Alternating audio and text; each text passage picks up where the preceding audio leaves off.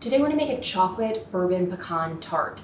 It has a tender, sweet sablé crust. It has the texture of pecan pie, but with chocolate and bourbon, and it's just all baked inside a tart, which means you get more filling. You'd serve it with creme anglaise or with your favorite vanilla bean ice cream. Perfect with Thanksgiving, Christmas, or just really any day, I would say. This is an any day tart.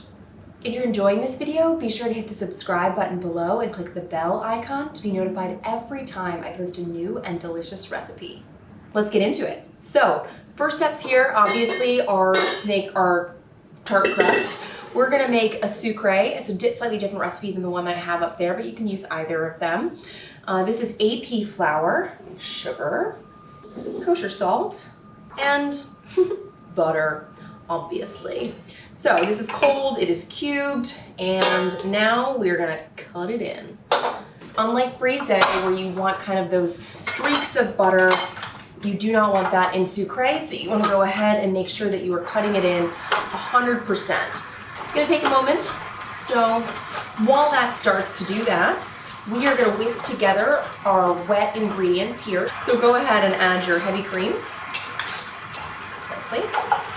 and your yolks, which I scaled in advance, and so I covered them with plastic wrap because yolks get that skin, and then it'll kind of actually, dry out, and you'll get clumps in your finished product if you don't cover them. Okay, give them a nice whisk.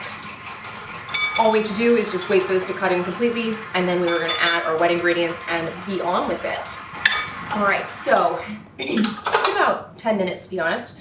And the only way to really tell if it's, done is to kind of put your hands in there and see it, like feel, because sometimes, it looks like there's still chunks of butter, but it's actually just the dough sticking together and kind of looking like it's like clumping. And we are gonna go ahead and put all of this in here. We could do this while it's mixing, it doesn't really matter, but since we have it stopped, we might as well just do it. You can finish it by hand if you like, but since there's so much butter, it's, easy enough to just do it in the mixer. I mean, it's gonna look like cookie dough. There she is. You don't wanna overmix it. You still wanna be careful. Still AP flour, still gluten development. Still don't want any of that. Or a little bit, we want a little bit of that. But you can see that it's a nice, kind of beautiful dough.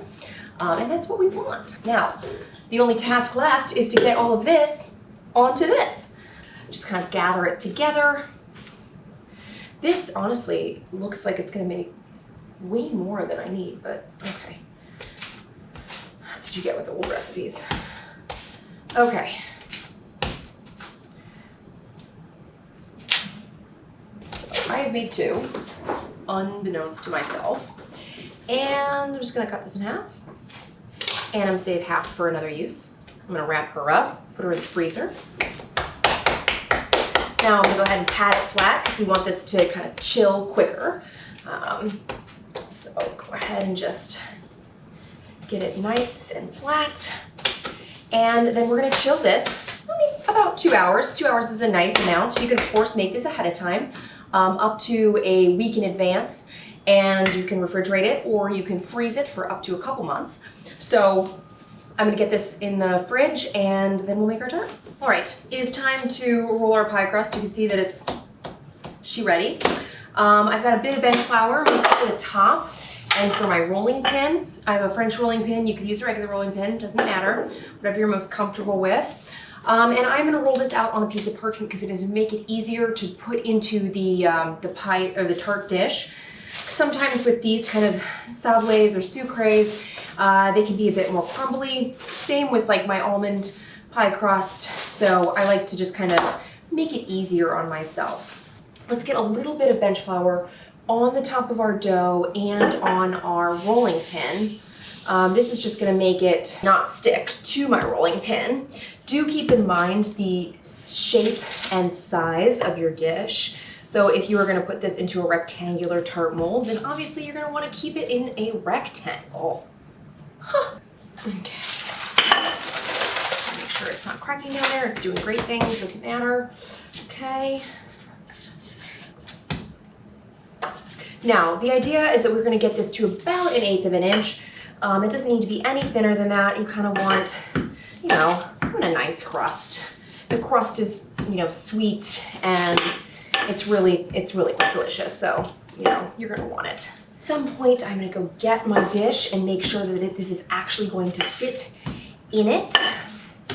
Now just be aware that this is sticking to the parchment, so that is making it a little bit more difficult to roll. But what we have to power through in the rolling, we are gonna more than make up with for the transfer into our dish. Let's go ahead and check how fat it is.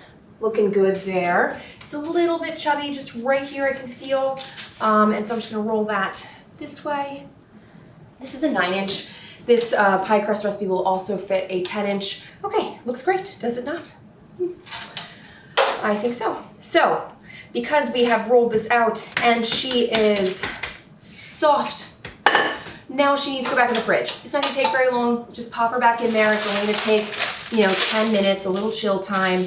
But we wanna give her a moment to relax before we line our dish. Now, we've got our dish, we have our crust, and we are literally just going to, you guessed it, put it on top. Now, go ahead and just kind of peel off the paper, and then we'll take this, and we are just going to basically kind of fold, tuck and fold is kind of what I call it. You fold it over and make sure it hits the crease, and then you pull it back so that it, you know, creates a nice crease down there without having to push it in. And because also, you know, if you're pushing it, the more you manipulate it, the more the gluten is going to develop and the less happy your crust is going to actually be. And that way you get that nice clean corner with very little effort and you get those beautiful slices. Just kind of repeat that all the way around. Now, kind of give it a nice, just like a little, just press it in. Don't press it aggressively, just a little bit, right? And now, and then let it kind of fall over the edge, like so. And now, the best way to get a nice clean finish is to use a rolling pin. Anyways, we're just gonna go ahead and run this along the edge, like that. You're kind of just pressing, and it's just cutting itself. Isn't that nice? But this way you get like a nice, beautiful edge. And then just kind of press that back down, because sometimes pressing with the rolling pin will kind of like compress it, and you don't want that. You want it to kind of be nice and tall and proud against the sides. I'm gonna put this back in the refrigerator while we make our filling. All right, we're gonna make our filling. Super duper easy. Get yourself a whisk. My favorite whisk is dirty, so I have to use my least favorite whisk. Why don't I just buy 2 of my favorites? I don't know. There's a Christmas gift idea for you guys. All right, so we're gonna start with our eggs. And put those a nice whisk. We're gonna beat these until they're a little bit frothy, obviously until they're fully mixed.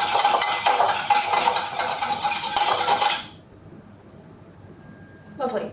Now we're gonna add our butter, which has been melted. It's not crazy hot, but I am gonna whisk as I add it just in case. Kind of like you do when you temper egg yolks or egg whites when making anglaise or ice cream base or pastry cream. I mean, the list. And then we're gonna add our sugar. So this is granulated sugar. And this is dark brown sugar. And this is flour, so just regular AP flour. And then we've got a bit of corn syrup here. Now I measured it into a bit of plastic wrap, and then I will kind of nip a little bit and squeeze it in so it's mess-free-ish. Moderately mess-free. Also, it means that whatever you scaled will actually end up in your dish as opposed to, you know, on the sides of your spatula and your bowl and everything that touches it. So, we're gonna whisk it.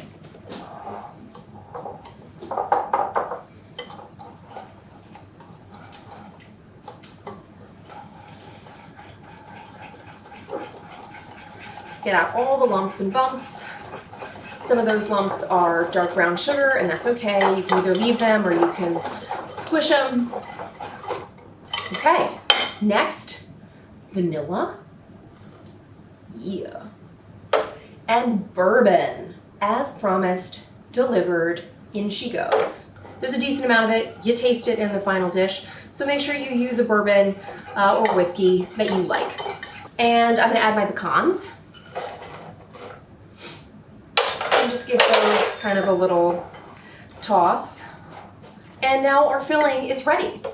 Our pie is chilled and we're ready to finish assembling. So I've got mini chocolate chips here. And I'm just gonna spread all down in the bottom. Try and get like them even. They're not gonna distribute themselves necessarily, so. And then we're gonna pour the filling on top. Go ahead and spread that out. And we are going to get this in our oven, which we have preheated to 325 convection or 350 regs. And we're gonna pop this in. It's gonna bake for about an hour until it kind of springs back and feels like Jell-O, gives a little resistance, but you don't wanna bake it till it's hard because then it's overbaked and you're gonna have like, it's gonna be like a jawbreaker. So in she goes. All right, our pecan bourbon tart is out. It's cooled, actually it puffed in the oven and then kind of settled. It baked about 30 minutes until when I pressed it, it gave some resistance, kind of felt like Jell-O and kind of jiggled like cheesecake when it's fully baked. So it's cooled about 30 minutes. So I'm just gonna go ahead and unmold it now while it's still a little warm, because not warm so that the crust isn't set, but like warm in the center so that the butter kind of releases easily from the pan, from the, the baking ring and stuff. It just makes it a lot easier to unmold.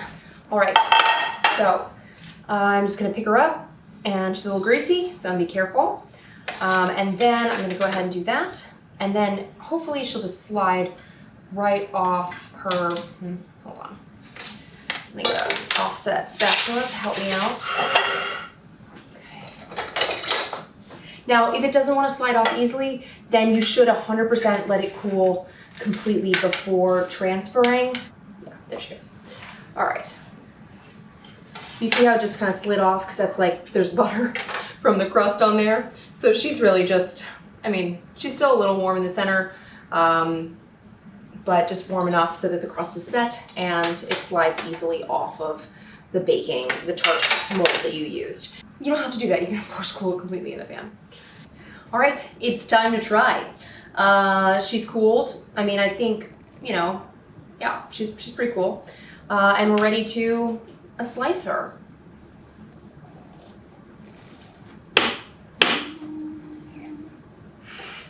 Oh man. I love pecan pie, pecan tarts so much. Okay, let's just look at this beauty. Do you see how thick that filling is and how like the chocolate chips actually have kind of like dispersed throughout, even though we only put them on the bottom? Oh my gosh, it's gonna be decadent, I can just tell. Wow.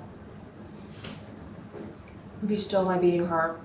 You get like the beautiful crunch of the pecans and this soft, tender crust. On the bottom, it's a little bit sweet. The filling is sweet, but not overwhelmingly sweet and cloying like some pecan pies. You get like a backdrop of bourbon. It's not overpowering, it's not in your face. It's just this wonderful warming quality that like really adds to the flavor but isn't overpowering. The chocolate chips, on the other hand, those are present and accounted for. It's like in every bite, super chocolatey, just rich and decadent with like the crunch of the pecans and like the way that the crust on top kind of like crystallized and like makes that like super crunchy pecan topping that's just like to die for. Yes, to die for.